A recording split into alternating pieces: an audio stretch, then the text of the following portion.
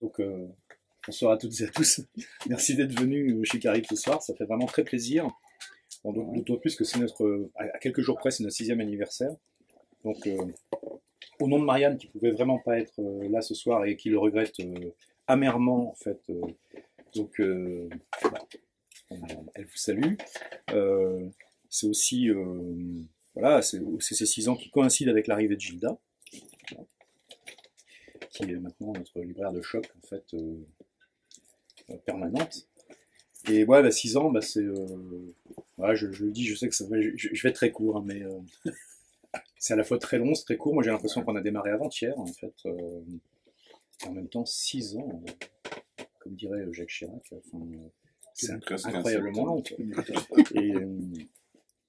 Et voilà, et en fait, bah, c'est une époque aussi de mutation, donc bah, on compte plus que jamais sur vous, sur nos amis, sur les gens qui nous aiment, hein, parce que on va essayer de faire bouger plein de trucs, de garder tout ce qui est bien chez Caribe, et puis de corriger un certain nombre de trucs, voilà, qu'on pense qu'on peut faire mieux, parce que. Mais vous avez de la chance, on vous aime.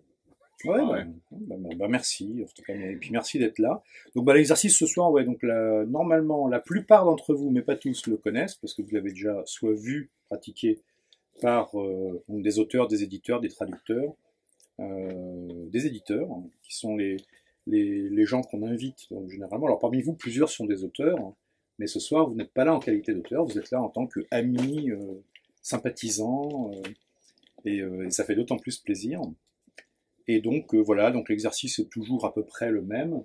Il s'agit de parler en des durées qui varient suivant les gens de 6-7 minutes, qui est disons, la recommandation officielle, qui peut atteindre parfois 34 minutes, chez certains qu'on ne citera pas ce soir, mais qui ont su faire ça. Il y a aussi l'inverse, il y a une auteure de science-fiction qu'on adore, qui est capable de faire en 45 secondes. C'est qui c'est? Bon, on va la citer maintenant. Hop, Catherine Dufour. Catherine Dufour, d'accord. Catherine Dufour peut expédier 10 livres en 22 minutes. C'est bien. C'est assez impressionnant à entendre. Vous pouvez l'écouter sur Caribe TV et sur la chaîne YouTube de Caribe. Presque toutes les soirées sont enregistrées, sauf quand il y a un accident technique, comme ça a été malheureusement le cas il y a 2 jours pour Christophe Segas, alors que c'était une très très chouette soirée. Mais parfois la technique nous trahit, comme dirait Raoul Abdaloff dans l'excellente émission d'Assassin 1 sur Fréquence Paris Pluriel. Je fais un petit peu de pub pour les amis aussi, il n'y a pas de raison. Et donc voilà. Bon, et moi j'y vais aller. Allez, Personne Héloïse. Ouais. Alors, attendez, je vais sortir les livres que j'ai apportés. Alors en fait, je n'ai pas suivi les consignes. Je n'ai pas choisi des livres que j'avais découverts ici. Et je n'ai pas choisi des livres, enfin, je les aime, ils me tiennent à cœur, mais en fait, j'ai choisi des livres de copains qui viennent de paraître. En fait, les deux sont sortis en mars, ou à peu près, donc au printemps. Et donc voilà, c'est parce que ce sont de bons livres de copains et qu'ils m'interpellent que j'ai envie de vous les faire découvrir. Alors j'espère que je les ferai découvrir, parce que peut-être vous les connaissez. Et ça, c'est assez rusé. Tu te dis, en fait, ils les ont pas chez Caribe, mais du coup, à l'issue, ils vont les prendre. Bah oui, ça, aussi, parce que alors il y en a un qui a peut-être eu, enfin qui est en train d'avoir une petite visibilité, mais l'autre qui est un livre un livre de poésie, j'arrive pas à le classer, hein, mais de poésie publié chez Sens et Tonka. Bon, il aura sans doute moins de visibilité, donc si vous le découvrez comme ça, c'est très bien. Mais bon, je commence par le Saber Mansouri. Alors comme ce sont des livres de copains, je vais d'abord parler des copains. Donc Saber, je l'ai rencontré devant l'école de nos enfants. Et puis au café aussi après 8h30 et donc on a découvert qu'on écrivait et on a parlé des projets. Et alors c'est un livre dont d'une certaine manière j'ai suivi l'écriture et je l'ai vu parce que Saber écrit tous ses livres à la main, enfin je veux dire avec un stylo. Moi ça me semble étrange, hein. Il écrit ses livres avec un stylo dans des carnets du début jusqu'à la fin et après il reprend. Voilà. Mais on le voit écrire dans les cafés sur le carnet.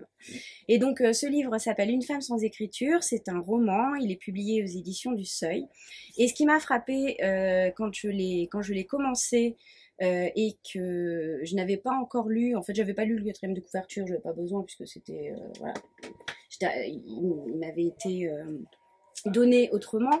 Ce qui m'a frappé, c'est qu'il m'a tout de suite fait penser à un classique, on en parlait justement tout à l'heure, qui est Gil Blas de Santillane, de Le Sage. Wow. Donc un roman du XVIIIe siècle qu'on dit être le modèle du roman picaresque. Donc, comme le titre l'indique, en langue, oui, mais de Santillane, donc en fait d'inspiration espagnole.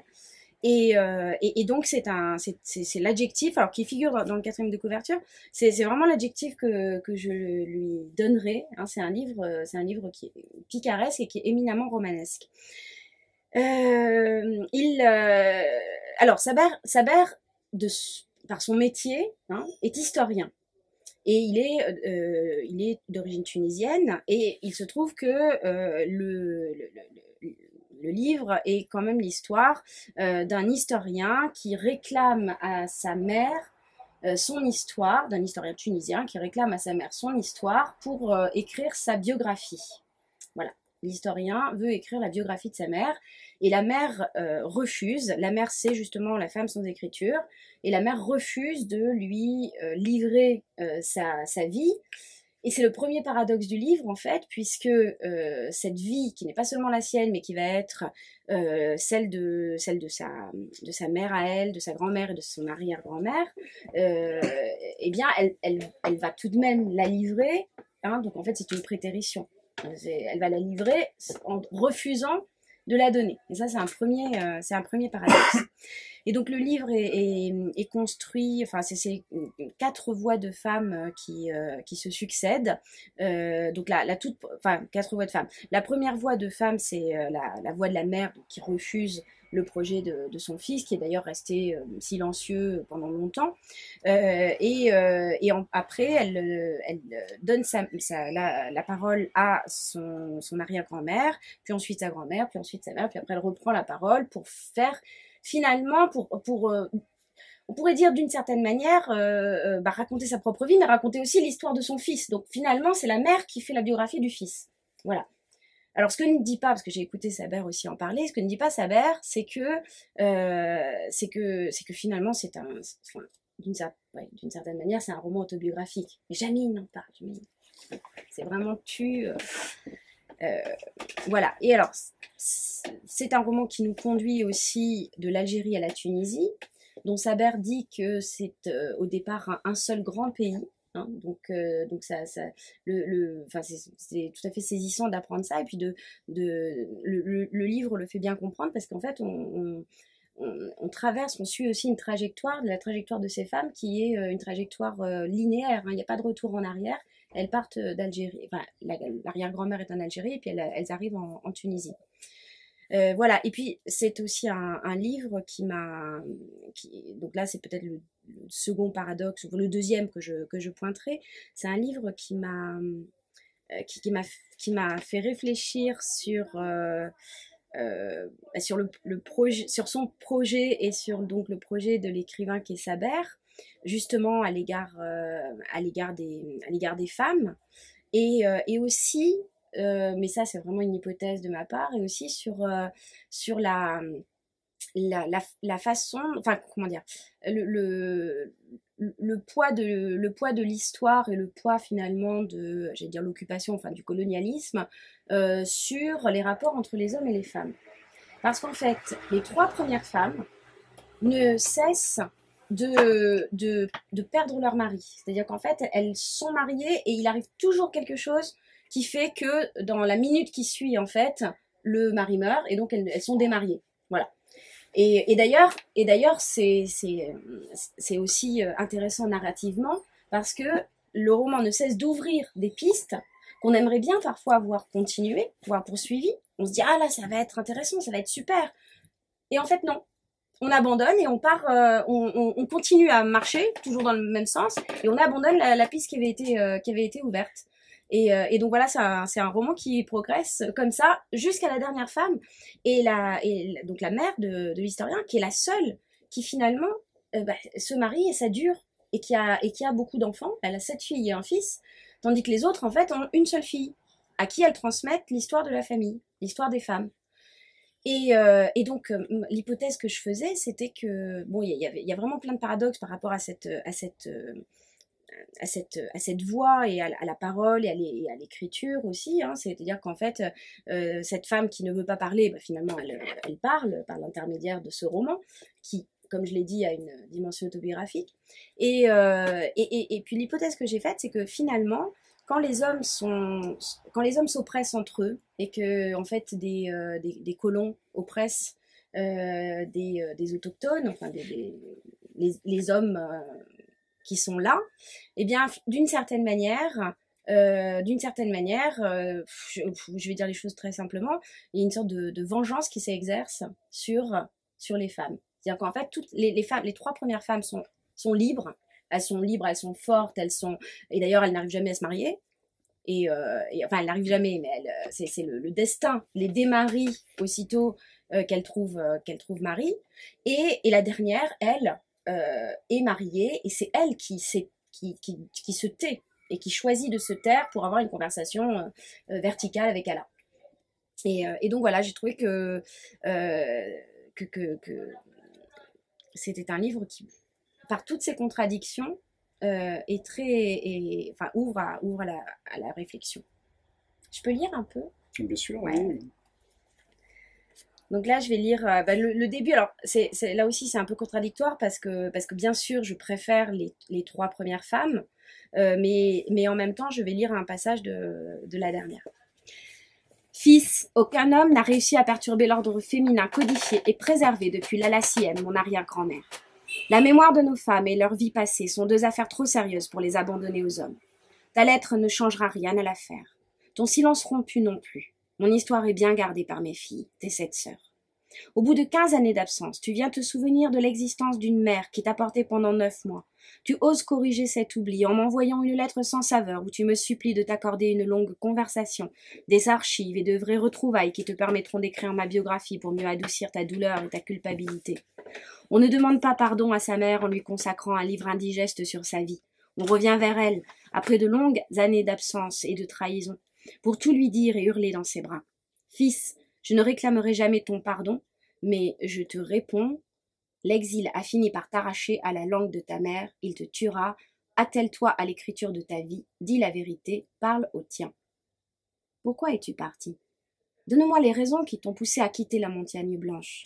Est-ce que tu es heureux là-bas, chez la France? Est-ce que tu manques de quelque chose? Est-ce que tu es devenu plus heureux? Étais-tu vraiment obligé de nous quitter pour comprendre l'altérité? Est-ce que tu as froid? Sautes-tu des repas? L'exil rend-il les êtres plus solides? Est-ce que tu as des enfants? Des filles, j'espère. Ta femme est rousse, brune ou blonde? Est-ce que tu lis des histoires à tes enfants le soir? Est-ce que mes petites filles et mes petits-fils connaissent l'existence de la montagne blanche, des 1001 nuits, du verbe akmara, attendre la lune, du Dante arabe, l'intrigant Mahari, de la métaphysique arabe, de la montagne blanche comme une terre pompée et exploitée à l'excès par les élites ingrates de la côte est tunisienne, du sublime jahiz, d'une brique uniquement faite à l'œuf barbare avec une larme de citron, d'un appel à la prière qui met tout le monde d'accord, d'une salade méchouilla qui a la vertu de te faire pleurer beaucoup plus qu'une séance chez un disciple de Lacan, d'un Allah Akbar, d'un Maïmonide écrivant en arabe et d'une grand-mère qui n'écrit jamais? Ou connaissent-ils seulement le cheval de Troie et les fables de La Fontaine? Est-ce qu'ils savent qu'Alif est la première lettre arabe? Est-ce qu'ils savent que tous les arbres sont féminins? Est-ce qu'ils savent que Maurice Audin est né chez nous, à Béja?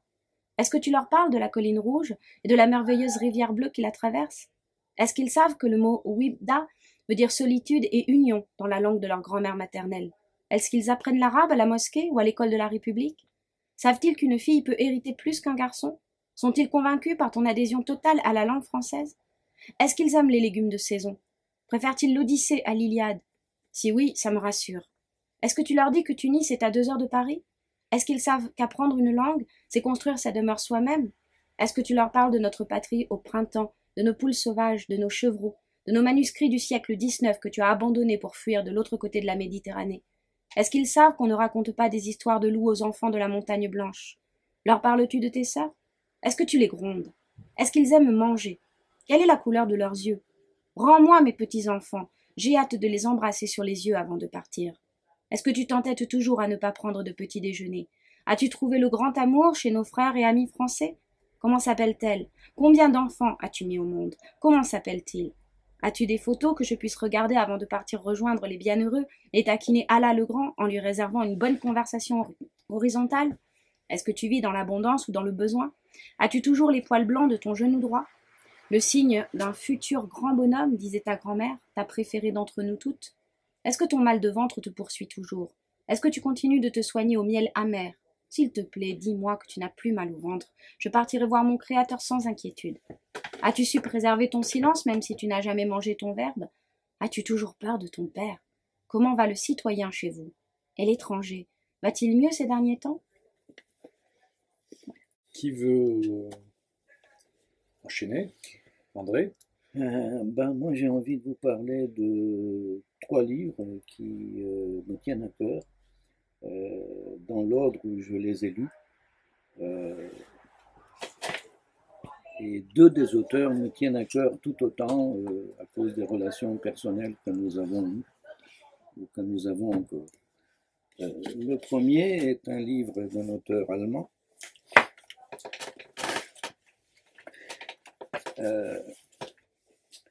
Donc en 1964, il y a une sorte de tonnerre, un livre différent des autres, un peu exceptionnel par l'écriture, par la texture, par pareil. Le nom en allemand, je ne parle pas allemand, mais ce que je prononce, j'essaye de bien le prononcer, s'appelait Nimsch oder die Unbeweglichkeit. Donc Nimsch, l'immobilité, et on s'aperçoit que c'est un jeune homme de 31 ans, né en Saxe, à Chemnitz, qui était l'auteur de ce livre.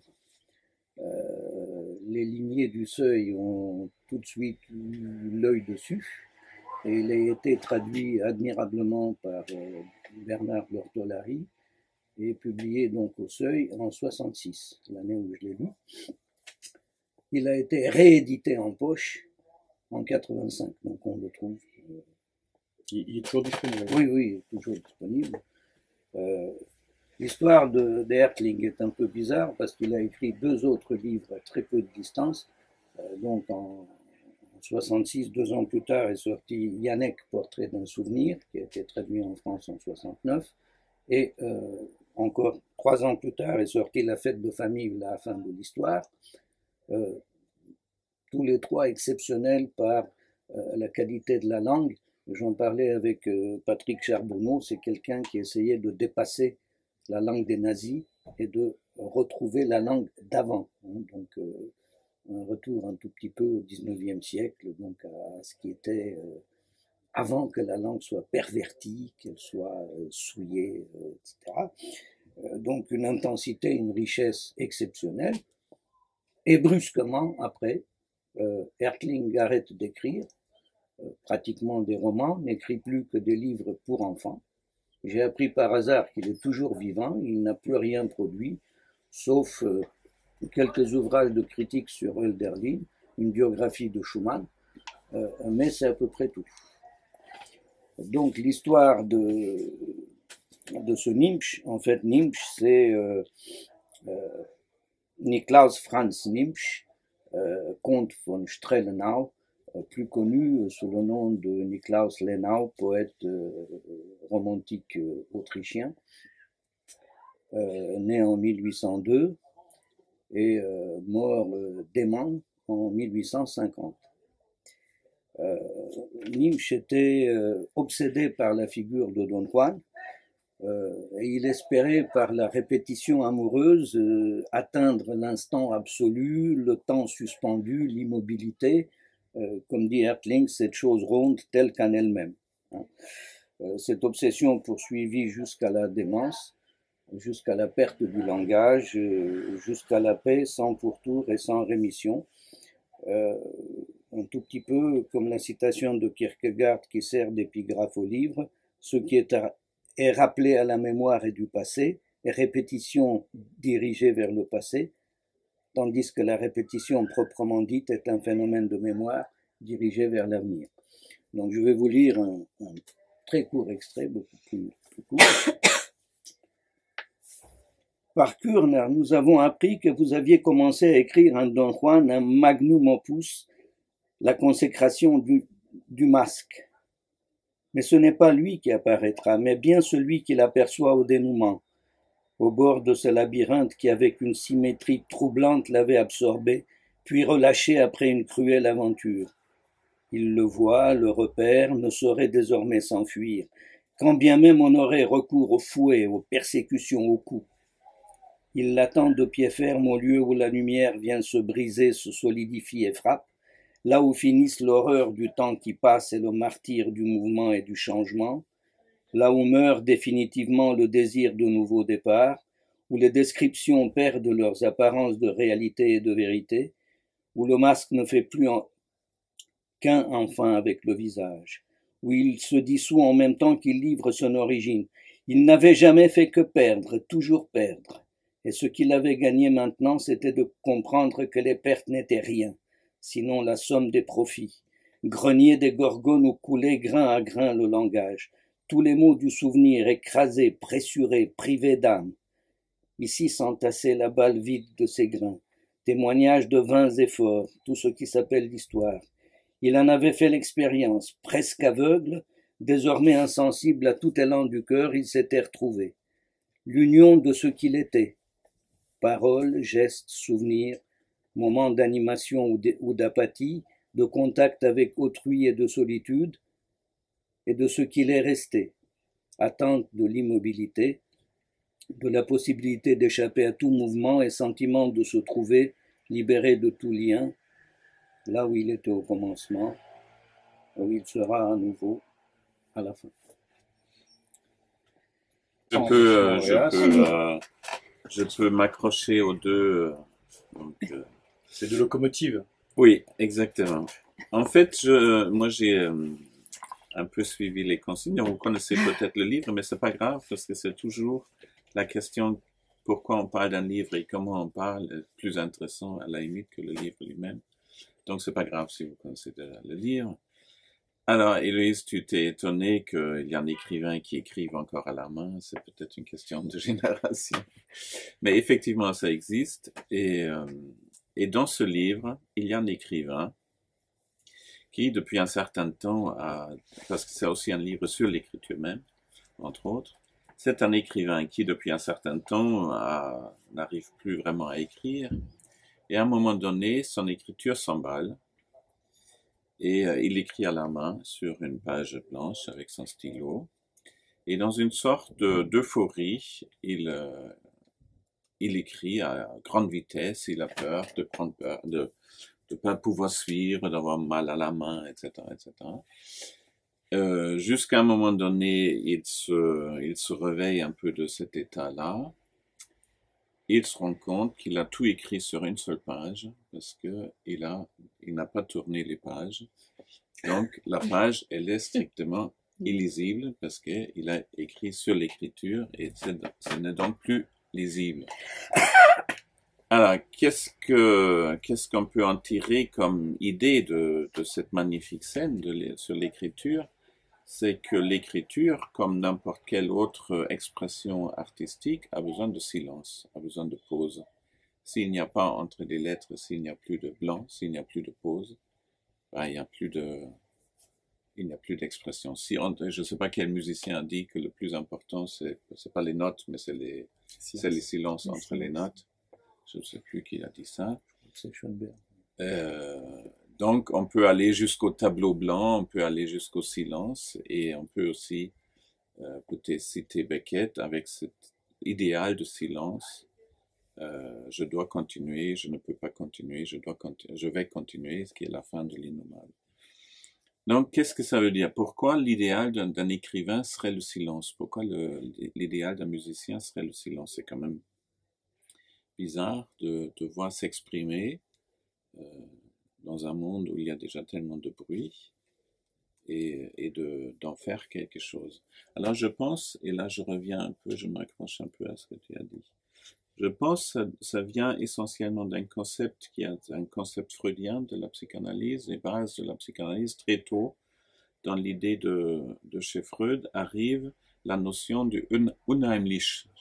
J'essaie de dire ça avec un accent français. Donc, en bon allemand, on dirait unheimlich, mais en France, on dirait le unheimlich. Qu'est-ce que c'est que ça, unheimlich? Donc, petit cours allemand quand même. Le Heim, c'est le foyer. Donc, c'est quelque chose qu'on connaît très bien. Le Heimlich, c'est donc on va dire, les mots allemands sont beaucoup plus conceptuels que les mots français. C'est pour ça que les traductions sont souvent très difficiles. Le Heimlich, c'est quelque chose qui est secret. Mais dans le sens de secret, de encapsuler quelque chose qu'on connaît très bien, qui est dans le foyer. Et le unheimlich, donc le un, c'est le préfixe qui signifie le contraire, serait donc quelque chose qui est connu, qui est ouvert. Mais curieusement, le mot unheimlich, en même temps, signifie étrange, angoissant, inquiétant, effrayant. Alors, quelle est donc cette idée-là? L'idée, c'est quelque chose qui est silencieux et qui en même temps est connu et qui en même temps est étrange, quelque chose qui nous attire comme ça vers le connu et pas vers l'inconnu. Des attracteurs étranges. Alors, l'histoire de Freud, elle est très simple. Freud est dans un train. Il est dans un compartiment dans le train. Il regarde quelqu'un dans le couloir passer. Et c'est un personnage un peu étrange, un peu inquiétant, un peu intranquille, comme dirait Pessoa. Freud, il a à peine le temps de prendre peur de ce personnage-là, qu'il se rend compte que c'est son propre reflet qu'il voit dans la vitrine de compartiment. Donc, autrement dit, on sait ce qui se cache dans le vide, on sait ce qui se cache dans le silence, et le rôle de l'écrivain serait à ce moment-là juste de donner autour le cadre qui fait plonger le lecteur en lui-même. Voilà. Donc, un écrivain qui fait ça merveilleusement bien, et donc là je reviens au livre dont je parle en fait, c'est un livre qui est extrêmement court et qui est presque vide.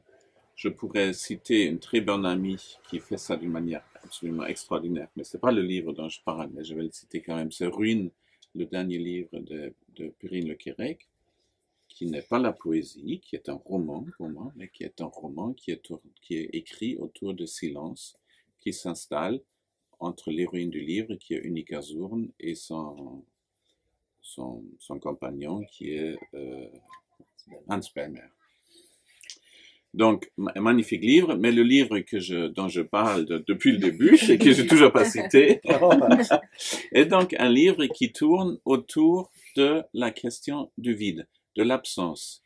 Donc, c'est un écrivain qui est dans sa chambre, qui regarde par la fenêtre. Cette fenêtre est fêlée, le carreau est fêlé, comme lui-même est fêlé, et il ne fait que regarder par la fenêtre et de se remémorer ce qu'il a déjà connu, ce qu'il a déjà vécu, et ce qu'il revit d'une certaine manière dans sa tête, avec très peu de mots qui sont extrêmement précis, avec un style qui est absolument extraordinaire, et qui est presque banal, parce qu'il est essentiellement basé sur les dialogues, qui sont très souvent d'une très grande banalité, et petit à petit se construit toute l'histoire, donc l'histoire des femmes qui l'ont quitté, qu'il a quitté, l'histoire d'un infarctus qu'il a eu, donc une expérience de mort, de proximité avec la mort, etc.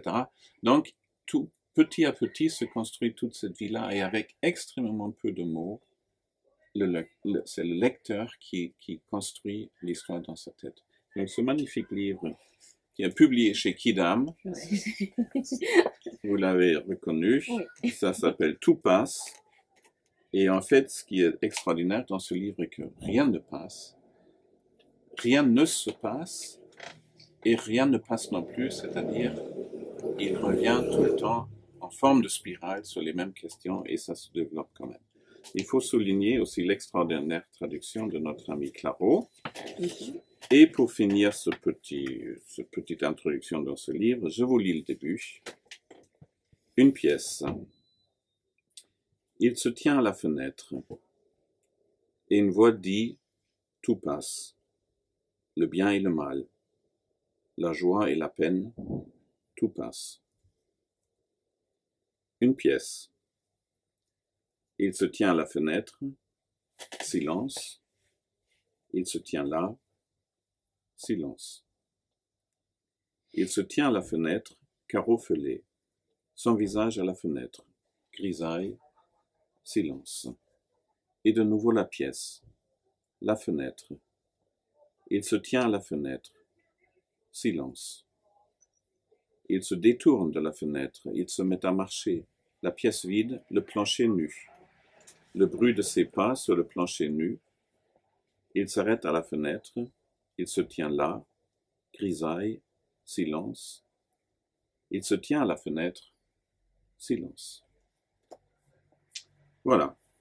Au sympathique prix de 10 € chez l'excellent éditeur Kidama. C'est bluffant. Tu peux peut-être dire Non, mais c'est le nom bluffant. de l'auteur, je crois que tu l'as pas dit. Gabriel Josipovici. Pardon, passe. excuse-moi. Tout passe, J'ai eu oui, le mais- Gabriel Mais c'est que Josipovici. c'est bluffant, c'est un livre que j'adore, Ouais, que je pense connaître pas loin de par cœur. Ouais. J'ai pas reconnu une seconde dans ce que tu disais. Bah ouais. Je trouve ça génial. Alors moi, Ça me donne moi, super je envie ne de le l'ai- relire. Moi, quoi. je ne l'ai- moi, je Ouais. ne l'ai pas lu, ouais, mais je l'ai reconnu ouais, parce que j'en ai entendu parler. Moi, je l'ai pas reconnu à du une- tout. ouais. Mais je vais être tu sais, à une complètement soirée orienté avec sur la Bernard chose. Hoffner et Claro qui était là aussi, et donc et Josipovici aussi qui était là. Oui, je sais. Et donc je l'ai Je pas l'ai lu, mais pas. je l'ai reconnu. J'ai pris exprès un peu le truc dans l'autre sens. Non, mais c'est génial. Pour t'amener à ça, parce que je J'ai- savais que tu connaissais très bien le livre. J'aurais pu faire autrement, j'aurais pu dire, c'est l'histoire d'un écrivain qui est dans une pièce et qui repense à la vie qu'il a eue avec sa femme, avec sa maîtresse, qui a Ouais, mais il y quitté a pour aussi, un- enfin, etc. moi j'avais été tellement touché par la relation ou l'absence de relation ou la complexité de la relation avec les enfants en fait.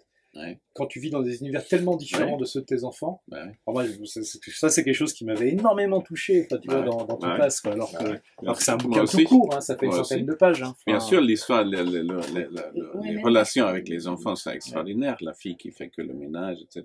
Ouais. Mais, Ce qui est très, très joli aussi dans ta présentation, c'est que tu prononces l'adjectif fêlé avec une petite ouverture supplémentaire, fêlé, Ah oui. qui renvoie au feulement. Et, et ça... je sais, je devrais pas, mais je Ah sais. si, non mais C'est c'est peut-être pas un que tu petit, devrais, ou que tu ne devrais pas, c'est que c'est merveilleux, moi Ouais. je trouve, hein. C'est très Ouais. beau. Cette ambiguïté de sens après avec le carreau, le carreau fêlé, c'est-à-dire Ouais. le carreau crié, c'est beau. Et c'est vraiment, c'est un livre extraordinaire que j'ai découvert Josipovici grâce à Marianne. Et tous ces livres sont vraiment très très bons, mais celui-là, il est particulièrement réussi, je trouve. Voilà. Merci beaucoup. Mais en fait, j'avais envie de rebondir parce que toi, tu parles d'un livre très très économe et moi, et c'est pas un hasard, je pense, je parle de deux livres qui sont des livres bavards, baroques. Et là, en fait, c'est un livre épique. Et en revanche, il y a un autre lien qui n'est pas une antithèse cette fois-ci, qui est vraiment qui est vraiment un lien. C'est que tu parlais de cette frontière très très mince finalement entre le roman, la poésie, voilà comment on classe les livres, c'est difficile parfois. Et donc là, je voudrais parler du livre de Brice Bonfanti, Chant d'utopie, premier cycle, publié chez Sens et Tonka et compagnie. Qui est donc une maison d'édition qui publie de la poésie, mais c'est vrai que je n'arrive pas à me résoudre à qualifier de poésie ce que son auteur lui-même dit être de la poésie, parce que c'est de la poésie épique. Et donc pour moi elle est narrative et donc elle est romanesque. Voilà. Donc en fait, c'est le. Alors ce qui est fascinant avec le travail de Brice, c'est que, enfin moi en tout cas, ce qui me fascine, c'est sa persévérance et son obsession. C'est-à-dire qu'en fait, il n'écrit que cette œuvre-là. Peut-être que ça changera un jour, mais ça fait très longtemps qu'il écrit cette œuvre-là. Donc ces chants d'utopie, il y en a énormément. Et là, c'est la première fois qu'il les publie. Il en publie 9 en un premier cycle, mais je ne suis pas sûre que ce soit chronologique du point de vue du temps de l'écriture. Ni d'ailleurs d'un temps de la narration. Et donc Brice écrit une poésie qui est vraiment très très irriguée par l'histoire, par la mythologie, la philosophie, et qui chante, comme le titre l'indique, je dirais l'espoir de monde meilleur. Voilà, en s'inspirant donc d'expériences passées. Alors je vais lire un tout petit extrait pour ne pas être trop longue, justement, du chant, vous voyez, parce que là par exemple c'est le chant 16, mais on est au milieu du livre et donc ça veut dire qu'il y a plein de choses autour. Voilà. Moi, Francisco, je vais vous dire pourquoi j'ai quitté le village la semaine dernière. Je m'assois pour souffler, fatiguée, travailler, et pas manger depuis 3 jours, sauf la soupe aux cailloux avec de l'eau du verre d'eau qu'on m'a donné. Tout est trop sec ces derniers temps. Je n'aime pas ce soleil sec et la terre blessée de crevasses, et aussi crevassée que mes lèvres. On ne doit pas regarder vers le ciel. On doit bien regarder où on pose le pied, dans les crevasses. Il y en a qui tombent, qui meurent. On dit qu'on est bien 300 000 à être morts. 300 000, je vois pas combien ça fait, mais c'est beaucoup. On est beaucoup à être morts. Soit de soif, soit de faim, soit des deux. Et les lèvres crevassées sont aussi crevassées que la terre. Plus de salive dans la bouche, la langue en pierre, les yeux sans larmes. Plus de culture de café, plus de culture de coton, plus de culture de tabac, ni de canne sucrée. Et certains même en mangent d'autres. Le père, la fille, la mère, l'enfant, le garçon, le grand-père, la fille, la mère, et on dit que le bon empereur Don Pedro voudrait même abolir l'esclavage. Je ne suis pas contre, moi, je suis content même, mais on dit qu'ils sont bien 5 millions les esclaves. 5 millions, je vois pas combien ça fait, mais c'est beaucoup. Tous ces esclaves libérés, mais sans travail pour se nourrir, où ils iront? Et le patron de la ferme, on le voit qu'une fois chaque mois, les autres jours, il vit là, à la ville. Les autres jours, il y a que les petits chefs, mais le patron, le grand chef crie, il me fatigue les oreilles. J'ai bien travaillé, mais le patron veut me montrer qui est le chef, un foutu. Il dit, l'utérus de ta pute de mère, foutu par la queue d'un métis, que de chiens était plein de sa merde, déjà. Toi, tu es sa sous-merde, voilà. Erreur de la nature, plus merde que la merde, erreur de la culture. Le patron, il est sec comme sa terre, et le désert, ma tête est pleine de piment. Tu veux finir comme ton chien? Il ajoute, tu veux finir comme ton chien? Apporte-moi ton chien. Mon pauvre chien, c'est une chienne, mais je la porte. Ma tête est pleine de piment. Il prend ma chienne par la queue, elle crie, et elle a peur, et elle a faim comme un squelette. Le patron crie, il me demande si je vois ce qui arrive quand on vit comme un chien, et il sort le couteau. Il me demande si vraiment je veux savoir. Moi je dis non, monsieur patron, mais il crie si. Il crie tu veux? Ma tête est pleine de piment. Il égorge ma chienne, elle se plaint, elle se tait, et voilà.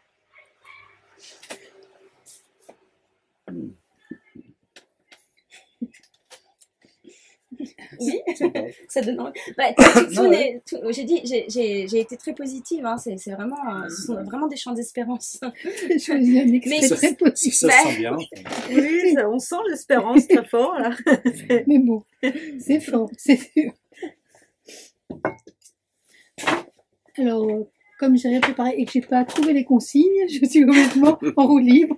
Et je vais juste vous parler un petit peu d'un livre d'un de mes auteurs préférés qui s'appelle Jeff Noon et qu'on a déjà un petit peu abordé ici parce qu'on l'a eu au téléphone il y a pas très longtemps quand Marie Surget est venue faire une lecture de différents livres qu'elle a traduits de lui pour la Volte, parce qu'elle traduit donc tous les Jeff Noon pour la Volte.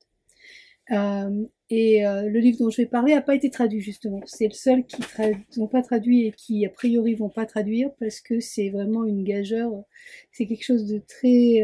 C'est un livre tellement expérimental et tellement spécial que le traduire leur semble un peu compliqué. Il date. Alors, excuse-moi, alors qu'ils sont quand même déjà assez loin parce que Jeff Noon a quand même une écriture complexe. et ils ont fait un travail incroyable de traduction d'ores et déjà. Donc s'ils Oui, n'osent oui, pas le oui. traduire, Bah, disons que ils en ont traduit d'autres qui sont parus depuis, mais celui-là, il a été laissé un peu peut-être comme un livre de poésie ou quelque chose qui serait de notre ordre. Et peut-être qu'ils comptent le sortir plus tard, je sais pas, mais la blague était vous le sortez pas, comme ça je le traduirai un jour. On parle de moi. Mais bon, c'est pas. Pourtant, je me suis un peu déjà frottée à ce livre parce que c'est un livre qui est composé de petites histoires ou de petites expérimentations. Et j'en ai pris une que j'ai transformée à l'époque en produit multimédia, on va dire, en utilisant un logiciel qui s'appelle Flash. Donc avec ça, j'ai animé l'histoire pour avoir quelque chose qui ensuite a été mis sur Internet et encore d'ailleurs en ligne, même si c'est très vieux. Enfin maintenant, ça date de ça a au moins plus de 10 ans. Donc en matière d'Internet, c'est un petit peu vieux.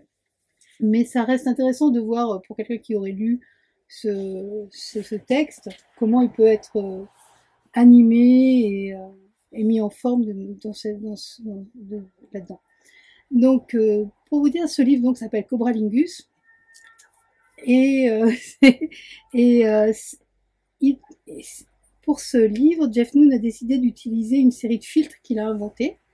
La dernière fois que j'étais ici, quand j'en ai parlé, les gens ont cru qu'il s'agissait de filtres informatiques ou de filtres mécaniques et tout le monde était un peu anxieux d'apprendre qu'il avait utilisé ce genre de procédé en se disant mais en fait ces livres que j'aime tant, est-ce qu'ils sont passés dans des moulinettes informatiques?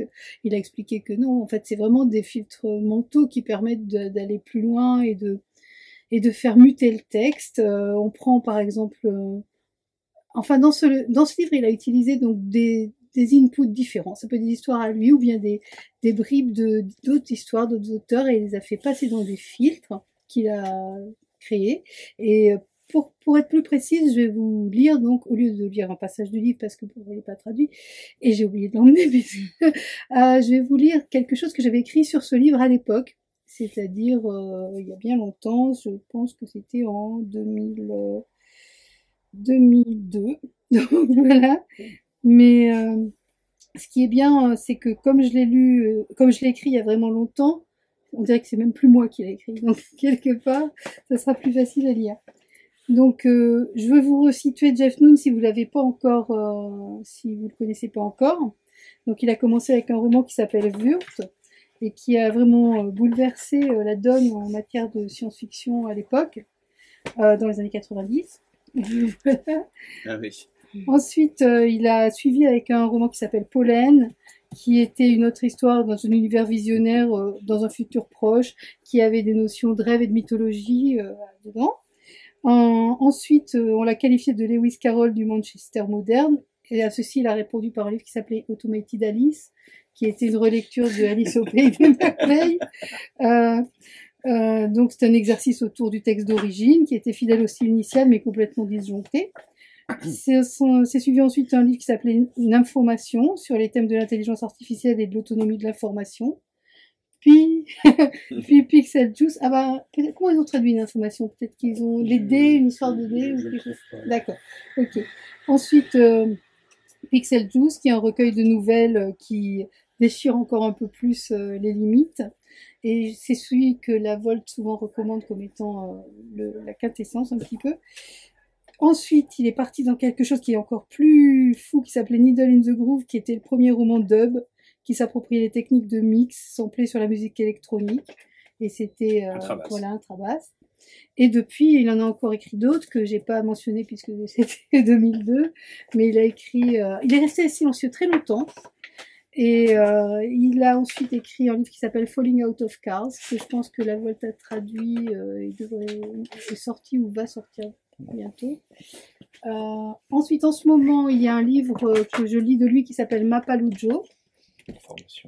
Ouais. Mapalujo qui a été tiré au départ d'une expérience qu'il a fait sur Internet avec d'autres auteurs où il y avait un système de narration qui a d'ailleurs actuellement, avec des gens de la Volt, on s'amuse à traduire les tweets de Jeff Noon parce qu'il fait des tweets littéraires vraiment assez souvent et du coup ça fait une matière qu'on traduit comme ça et qu'on réinjecte dans Il y a un forum qui s'appelle Mastodon, enfin qui permet donc le Mastodon de la Volte, et on continue de faire ça et ça lui plaît assez. Il a dit qu'il était d'accord, donc on continue. Et en août prochain, il sort un roman nouveau qui s'appelle Man of Shadow, je crois, et que évidemment j'attends avec impatience. Donc pour repartir sur Cobralingus, j'avais titré ce chapitre en disant éthymol, anagrammétane, hyperboléide. Et c'est ce qu'a lu un petit peu Marie Surgeff quand elle est venue ici, quand elle a lu un des poèmes qui s'appelle Johnny Takes Métaphorazine en anglais. Je sais plus comment il est traduit exactement en français. Donc du coup, éventuellement, on pourra peut-être le lire comme extrait parce que c'est vraiment un joli texte. Même si ça, c'est en fait pourquoi je vous parle de ces morceaux qui sont dans un des livres là, c'est que dans Cobralingus, ça a été un peu la base peut-être des filtres. Comme c'est des filtres linguistiques, c'est des filtres qui sont un peu comme quelque chose d'oulipien. Et quand on parle d'éthymol ou d'anagrammétane, on comprend tout de suite de quoi il s'agit. Donc, j'ai écrit ça comme ça. Algorithme du moteur serpent-verbe, un texte évolue à travers des filtres mutagènes. Pour s'émanciper des vieilles contraintes, aucun texte ne devrait rester figé. Comme dans le dub, le fond et la forme explorent le territoire du talent du conteur. Exemple d'auteurs samplés par Jeff Noon, Shakespeare, De Quincey, Emily Dickinson, l'Ecclésiaste. C'est là qu'interviennent les filtres. Decay, qui dissout doucement le texte, le dissipe, corrompt le signal. Sample, qui ajoute de la matière spécifique au projet, comme des symboles chimiques ou des noms de DJ. Des filtres violents comme Explode, des filtres radicaux comme Purify, d'autres puissants comme Drugs. Les produits destinés au texte, appelés à éclater le langage, portent des noms qui agissent déjà comme des virus à eux seuls. Onomatopiates, lithotésol, la sublime métaphorazine et de nouvelles molécules virales qu'il reste à inventer.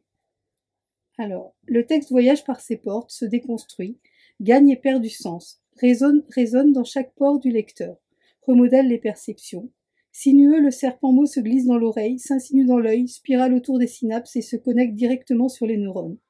Ce beau livre codex a même inspiré Brian Eno. Séduit par le jeu du langage de Cobralingus, le musicien a composé un morceau basé sur les textes. Cette métamorphiction est bien un manifeste, un signe de conscience propre au langage.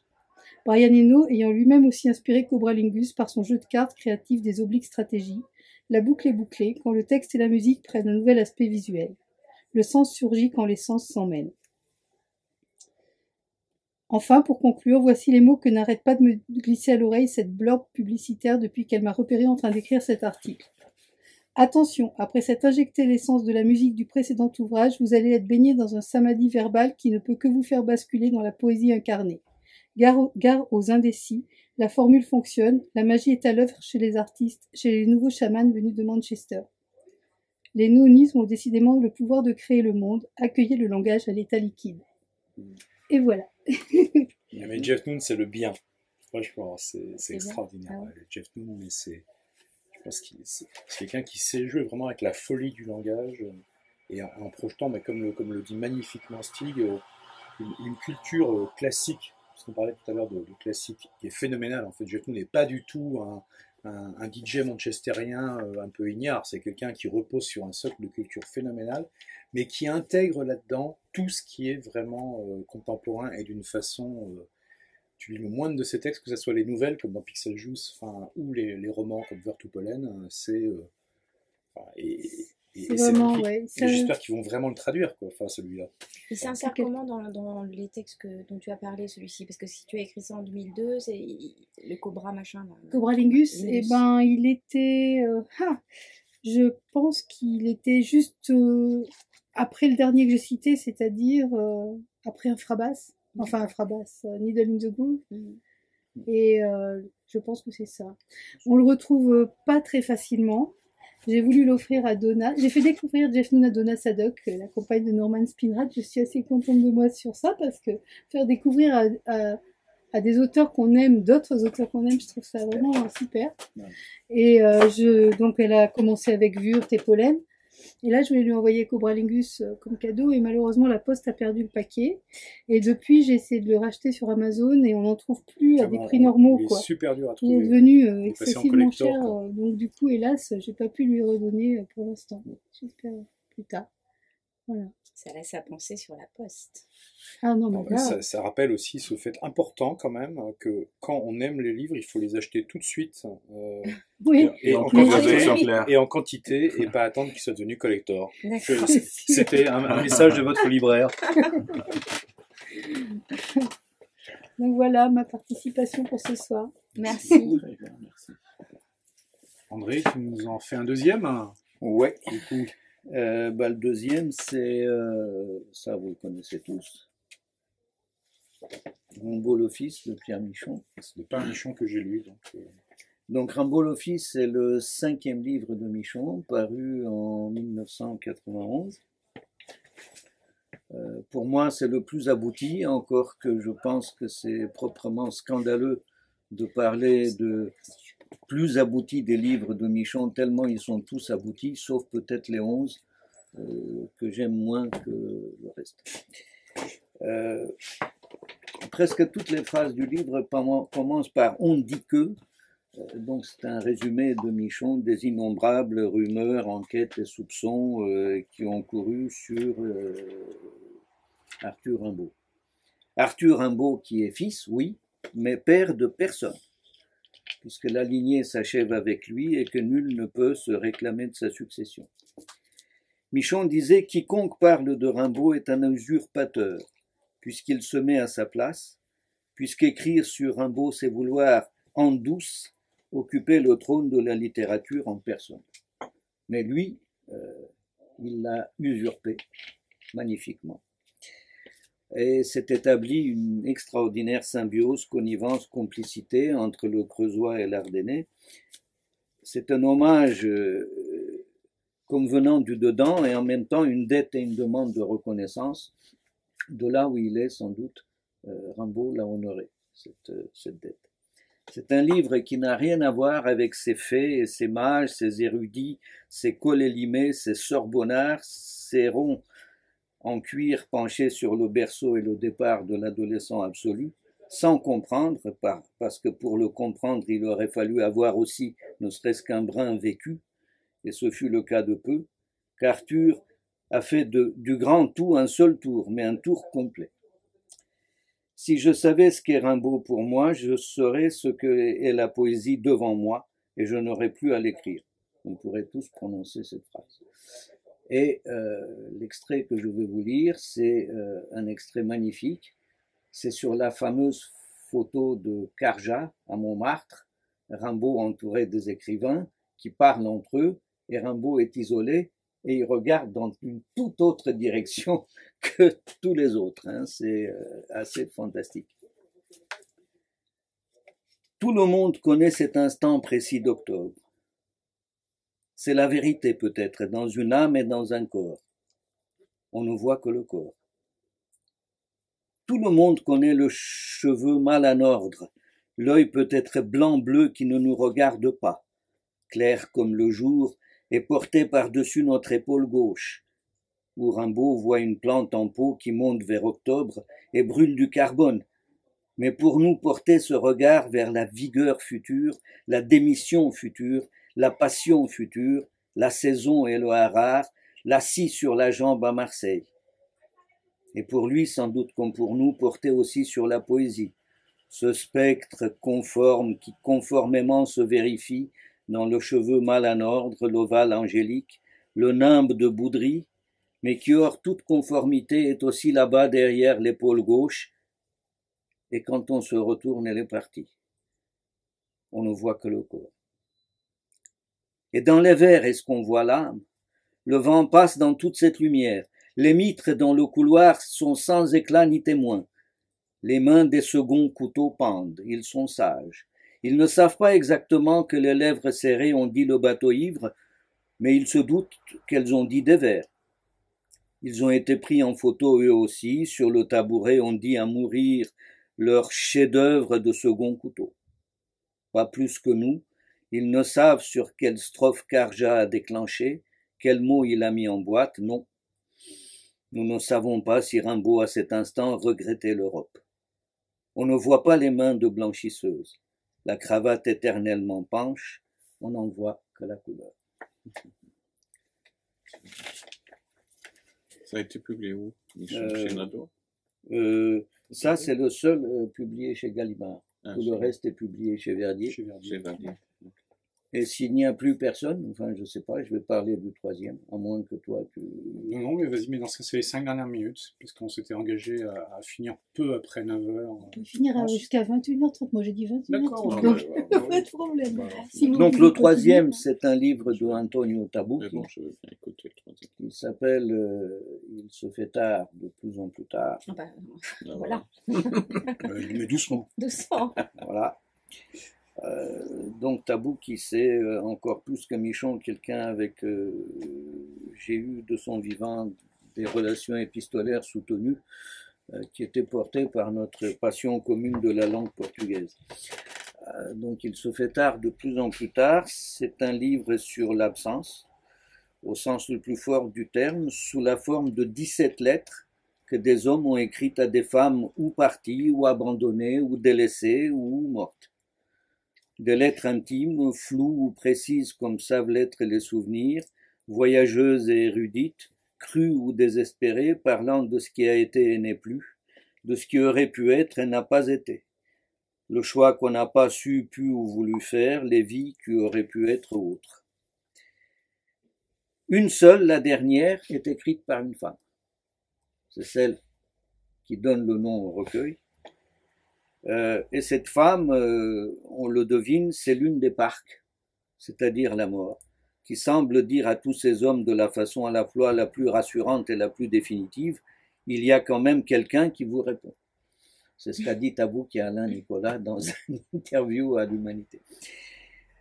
Et à l'intérieur de cette lettre des parcs, d'une des parcs, il y a une lettre qui s'appelle Lettre au vent, qui apparemment est écrite par Ariane, abandonnée par Thésée une fois qu'elle l'a sortie du labyrinthe. Et ce qui est assez curieux, c'est que cette lettre, on la retrouve dans un livre publié 3 ans plus tard, puisque Il se fait tard, de plus en plus tard, a été publié en 2001. Et en 2004, Tabou a publié Tristan au meurt, où il a repris intégralement la lettre au vent, comme étant écrite par Daphné, l'une des 2 femmes qui ont compté pour Tristano, qu'il a connue en Grèce, alors qu'il était soldat d'occupation de l'armée italienne en Grèce et qu'elle l'a fait entrer dans la résistance. Je vais vous lire une parcelle de cette lettre au vent, qui est sans doute l'une des plus belles choses que j'ai lues de ma vie. Et si j'ai pas fait beaucoup d'autres choses, j'ai beaucoup lu. Tout. J'ai tout recueilli de toi. Miettes, fragments, poussière, traces, suppositions, accents restés dans la voix d'autrui, quelques grains de sable, un coquillage, ton passé imaginé par moi, notre futur s'opposait. Ce que j'aurais voulu de toi, ce que tu m'avais promis, mes rêves d'enfant, la passion que j'ai éprouvée pour mon père quand j'étais petite, certains refrains niais de mon enfance, un coquelicot au bord d'une route poussiéreuse. Ça aussi je l'ai mis dans ma poche, tu sais, la corolle d'un coquelicot comme ces coquelicots que j'allais cueillir sur les collines en mai avec ma Volkswagen, pendant que tu restais à la maison plein de tes projets, surveillant des recettes compliquées que ta mère t'avait laissées dans un petit cahier noir écrit en français, et moi pendant ce temps-là je cueillais pour toi des coquelicots que tu ne savais pas comprendre. Je ne sais pas si tu as mis ta semence en moi ou le contraire, mais non. Aucune semence de nous n'a jamais fleuri. Chacun est seulement lui-même sans la transmission d'une chair future, et moi surtout sans personne pour recueillir mon angoisse. Toutes. Je les ai toutes parcourues, ces îles à ta recherche, et celle-ci est la dernière, comme moi je suis aussi la dernière. Après moi, c'est fini. Qui pourrait continuer à te chercher, à part moi? On ne peut pas trahir comme ça en coupant le fil. Sans même que je sache où repose ton corps. Tu t'es remis à ton Minos que tu croyais avoir dupé, mais qui à la fin t'a englouti. C'est comme cela que j'ai déchiffré des épitaphes dans tous les cimetières possibles, en quête de ton nom aimé, sur lesquels au moins je pourrais te pleurer. Tu m'as trahi 2 fois, et la seconde c'est en me cachant ton corps. Voilà, maintenant, je suis là, assis à une table sur cette terrasse, à regarder inutilement la mer, en mangeant du lapin parfumé à la cannelle. Un vieux grec indolent chante une ancienne chanson de mendiant. Il y a des chats, des enfants, deux Anglaises de mon âge qui parlent de Virginia Woolf, et au loin un phare dont elles n'ont pas remarqué la présence. Moi je t'ai fait sortir d'un labyrinthe et toi tu m'y as fait entrer sans qu'il y ait pour moi d'issue, pas même ultime. Car ma vie est passée et tout m'échappe sans possibilité d'un lien qui me rattache à moi-même ou au cosmos. Je suis là, la brise me caresse les cheveux et je chancelle dans la nuit parce que j'ai perdu mon fil, celui que je t'avais donné, Thésée. Magnifique. Eh oui. Voilà, bah, du coup, je vais remercier chaleureusement les 4 libraires d'un soir qui se sont risqués à l'exercice, que ce soit bien préparé ou très joliment improvisé. Enfin, je crois que ce que je trouve chouette, c'est que voilà, sans qu'il y ait aucune concertation évidemment sur un soir comme celui-là, c'est que finalement les auteurs choisis arrivent à refléter assez bien ce qu'on essaye de faire chez Caribe, c'est-à-dire des auteurs qui sont accrochés à des genres différents, dans des contextes justement, on en parlait en introduction, inscrits par l'extérieur, par la critique, par les habitudes dans des domaines différents, et pourtant c'est la littérature qu'on aime en fait, c'est des choses qui sont belles. Et alors, je vais quand même faire une petite note mercantile, c'est tous ces livres ne sont pas disponibles, donc évidemment précipitez-vous ce soir même, sans attendre sur ceux qui sont disponibles, pour les offrir pour vous bien sûr, et sinon pour les offrir à vos amis, et sinon de toute façon on va poursuivre la conversation autour d'un verre, et nul doute qu'on trouvera quelques substituts ponctuels pour poursuivre en fait voilà, cette espèce d'effort qu'on fait tous, hein, de joie et d'avancée de la littérature quand même, je crois. Enfin, j'espère. En tout cas, vraiment merci beaucoup, ça nous touche infiniment que vous soyez venu et que vous ayez fait cet exercice qui est toujours un peu délicat à faire. Hein, voilà. Merci vraiment beaucoup.